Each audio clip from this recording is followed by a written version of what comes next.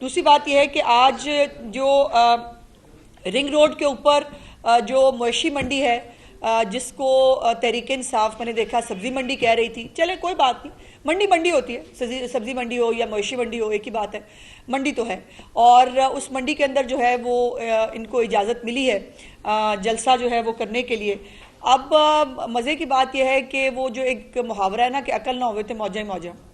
अब मैंने देखा कि सुबह से एक पुल का जो पुल है जो जिसके आगे जाकर इनका जलसागाह बनती है, उसके अंदर और हर पुल के ऊपर उसकी लंबाई लिखी होती है, उसकी चौड़ाई लिखी होती है, पता होता है हाइट क्या है, जहाँ से कितनी हाइट का जो है वो सामान गुजर सकता है। तो इन्होंने जो है वो वहाँ पर जाकर एक कंटेनर फंसा दिया। अब वो साढ़े ते पा देना इन्होंने कि जी वो साजिश हो गई है कि ये इन्होंने पुल जो है इतने साल पहले ये सोच के बनाया था कि यहाँ से तहरीक इंसाफ का कंटेनर गुजरेगा, ये कर सकते हैं। जैसे इन्होंने अभी जो है वो खामखा का एक प्रोपेगेंडा जो है वो करने की कोशिश की है कि जी वो हमें इजाज़त नहीं मिल रही, कंटेनर खड़े हैं। और मैं बाकायदा तौर पर चीफ मिनिस्टर साहिबा का ये बहुत क्लियर हुक्म भी है और ये इंस्ट्रक्शंस भी यही हैं कि कंटेनर से कहीं पर भी कोई सड़क बंद नहीं है ना होगी। अब ये तो हम इतना ही कर सकते हैं, बाकी जो बंदे हैं वो इनको खुद लाने हैं। ये तो ज़ाहिर है इस वक्त हम बड़े पंजाब के लोग बड़े खुले दिल के मालिक हैं, हम बड़े अच्छे लोग हैं, हम पूरी इनकी जो है वो खातिर तवाज़ा करेंगे, लेकिन अब बंदे इनको खुद लाने पड़ेंगे। अली अमीन गंडापुर साहब जो हैं, मेरी वैसे हिम्मत है मैं इनको अली अमीन गंडापुर साहब कहती हूँ, उनकी जो है वो खैबर पख्तूनख्वा से जो है वो वहाँ पे भी कुछ तैयारी हो रही है जलसे की, जो मैं आपके साथ शेयर करना चाहती हूँ। एक तो पहले रात को जो है वो आपने फिर से तहरीके फसाद का वो चेहरा देखा, जिसके अंदर सड़कों पर जलाओ घेराओ, आग लगाना, सड़कें ब्लॉक करना, पुलिस वालों की गाड़ियों पर जो है वो पथराव करना, शीशे तोड़ना और जो है वो हवाई फायरिंग, ये 2-3 वाकयात कल रात को तहरीके फसाद जो है वो ऑर्डर कर चुकी है। तो मेरी गुजारिश ये है कि ये जो हमेशा इनका एक ट्रैक रिकॉर्ड बन गया है कि इनको गुंडागर्दी ही करनी है, लेकिन कुछ लोगों को बड़ी उनको इनके बुनियादी हकूक भी बहुत याद आते हैं, उनका बहुत दिल चाहता है इनको हर जगह दंदनाने की इजाज़त दी जाए। तो क्या इस तरह से आग लगाना भी कोई सियासी जमात का जो है वो ट्रैक रिकॉर्ड हो सकता है, या इस तरह से आग लगा के तनसीबात को या आपके शहर की खूबसूरती, आपका तो रत्ती कोई कंट्रीब्यूशन नहीं है शहर की खूबसूरती के अंदर, इस शहर को दोबारा बनाया और संवारा जा रहा है चीफ मिनिस्टर साहबा की तरफ से, ये उसके अंदर गंद ही डाल सकते हैं, इनके पास जो है ये वही कर सकते हैं। अब जो दूसरा एक चीफ मिनिस्टर है जो खैबर पख्तूनख्वा से आ रहा है, वो भी कुछ तैयारी कर रहा है और वो तैयारी की कुछ चीज़ें मेरे पास पहुंची हैं, वो मैं आपके साथ शेयर करना चाहती हूँ। ये है जी उनकी डंडा बरदार फोर्स, जिसको वो लेके आ रहे हैं अपने साथ, और ये बहुत सारी तस्वीरें हैं इस डंडा बरदार फोर्स की, सियासी जमातें, और ये डंडा बरदार के साथ इनके पास असलहा भी मौजूद है और वो असलहा भी इनकी गाड़ियों के अंदर मौजूद है। सवाल यह है कि क्या सियासी जमातें इस तरह आती हैं असले लेकर वो करके, और ये इनका अपना ऑफिशियल व्हाट्सएप जो है वो ग्रुप है अली अमीन गंडापुर का, जिसके अंदर बाकायदा अली अमीन गंडापुर को दिखाया जा रहा है और बताया जा रहा है कि हम इस तैयारी के साथ निकल रहे हैं, और ये रिकॉर्ड जो है ये आप तक जो है वो पहुंचाना ज़रूरी था। दूसरी बात यह है कि रेस्क्यू 1122 की गाड़ियाँ और क्रेन व्रेन जो है वो भी वहाँ से लेके निकले हैं।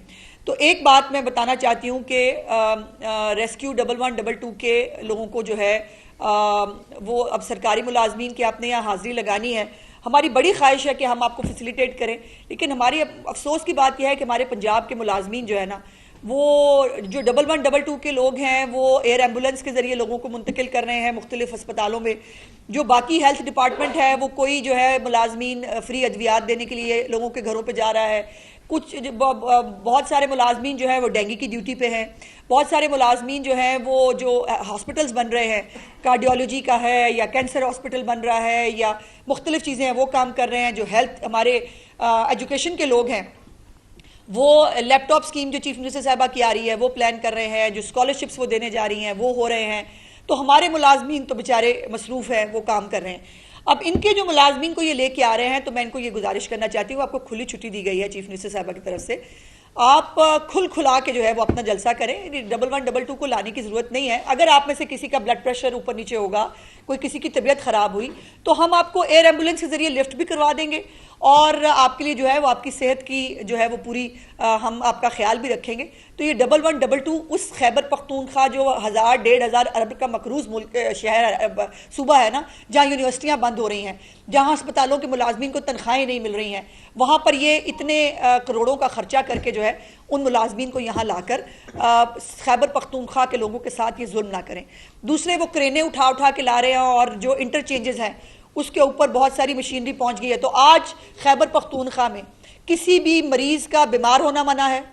किसी भी तरह की कोई फैसिलिटी जो खैबर पख्तूनख्वा के लोगों को आज चाहिए होगी वो आज उनको फिर से नहीं मिलेगी। फिर से, चूंकि पिछले 6 महीने से ये सिर्फ जुलूस निकाल रहे हैं। कोई एक फलाही प्रोजेक्ट आज गंडापुर साहब, पहले तो उन्होंने कल कह दिया है कि वो शायद पहुंच ही ना पाए। अब अल्लाह जाने इसमें क्या मसला है। वैसे इत्तफाकन जो शेर अफजल मरवत साहब है उनको भी कोरोना हो गया है। उमर अयूब साहब की भी तबीयत खराब है और एक सूबाई वजीर जो यहाँ बैठकर बड़ी बड़ी बातें किया करता था, बुज़दार के दौर में लोगों को गालियां दिया करता था, वो भी अपनी अस्पताल की तस्वीरें भिजवा रहा है, मैं बड़ा बीमार हूँ। तो ये सारे बीमार तो हो गए हैं।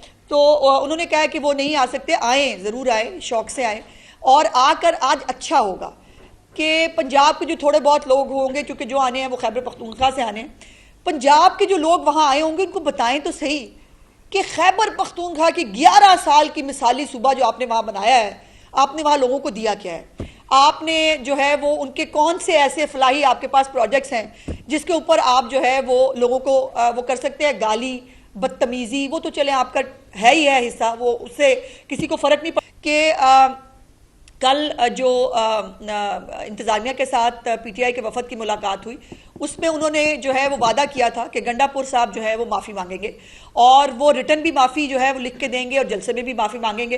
तो बहुत सोच विचार के बाद मैं समझती हूँ कि हमें ऑफर करना चाहिए कि आज वो मसरूफ़ होंगे जलसे के अंदर, तो चले रिटर्न माफ़ी ना भिजवाएं, जलसे के अंदर ही वो माफ़ी मांग लेंगे, वो इसको हम काफ़ी समझेंगे।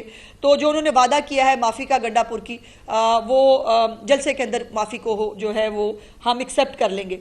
दूसरी बात यह है कि जो ये कल के वाक़यात से लेकर अभी तक जो एक फ़िज़ा बनाकर अपनी नाकामी और नाअहली जो है वो छुपाने की कोशिश की जा रही है, उससे ये अपनी जिम्मेदारी से बरी जिम्मा नहीं हो सकते। एक तो मैं बड़ी क्लियर कर दूं, ये जो लफ्ज़ है ना डू और डाई, ये बर्दाश्त नहीं किया जाएगा। ये लोगों को मरने की तरगीब मत दें आप। बहुत अच्छा होता ये डू और डाई कहने से पहले इमरान खान साहब के बेटे जो हैं दोनों, कासिम और सलमान, वो यहाँ मौजूद होते और वो आके लीड करते उन आम लोगों के बच्चों को जिनको आप डाई कराने के लिए यहाँ लाना चाहते हैं। और जो आपका प्रोग्राम है कि यहाँ पर हालात ख़राब हो, यहाँ पर कोई गोली चले, यहाँ पर जो है वो हालात जो है वो आउट ऑफ कंट्रोल हों, तो वो नहीं होगा। हम आपको तहरीके फसाद के जो एक होता ना उनके ओरिजिन से हम आपको जो है वो अब जानते और समझते हैं और उसी के मुताबिक जो है वो तमाम तैयारी होती है। सो इसलिए अगर किसी ने कानून को हाथ में लिया उसकी इजाज़त कतई तौर पर नहीं दी जाएगी। उसके साथ साथ जो टाइम दिया गया है 6 बजे तक का, उसके अंदर जलसा को ख़त्म करने की जिम्मेदारी मुंतज़मीन के ऊपर आयद होती है।